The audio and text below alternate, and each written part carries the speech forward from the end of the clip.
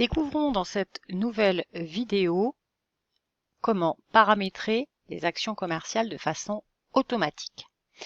C'est-à-dire que vous pouvez en effet créer une à une les actions, que ce soit pour une opération, que ce soit pour un rendez-vous ou autre, mais vous pouvez aussi, en passant donc par autres, paramétrage, préférences, actions automatiques, de créer donc des actions automatiques à réaliser. Ça ne les fera évidemment pas à votre place, mais ce sera vraiment la possibilité qu'elles se créent vraiment automatiquement.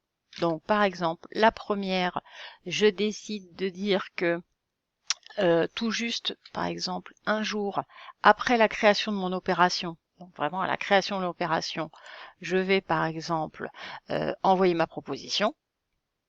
Voilà. Alors ça pourrait être le jour même, mais là je peux très bien dire donc que c'est le lendemain. Donc hop, je crée cette nouvelle action. La seconde, c'est par exemple de dire que je peux très bien noter que 2 jours après la création de cette opération, je vais relancer par téléphone mon prospect.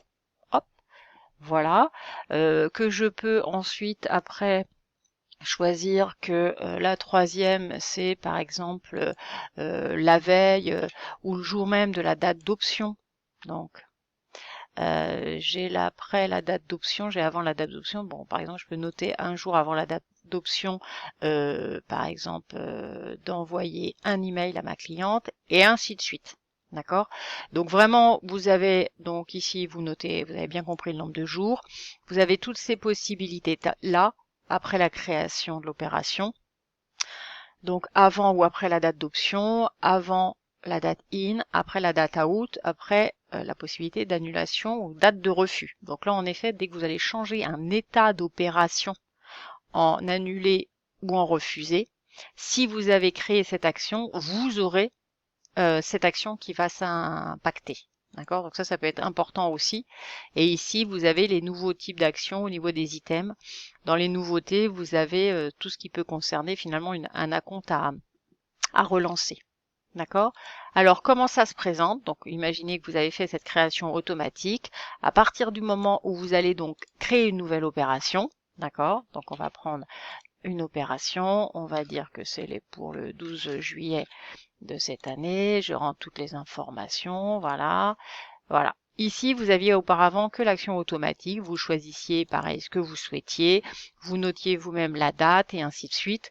Là, en effet, vous pouvez donc dorénavant choisir ici de cocher les actions automatiques qui se sont programmées à la date, par rapport aux dates que vous avez enregistrées. D'accord? Et vous pouvez même encore à ce moment-là, voyez, les déloguer si vous ne les souhaitez pas. Et à partir du moment où vous validez ces actions, d'accord, donc l'opération maintenant s'ouvre.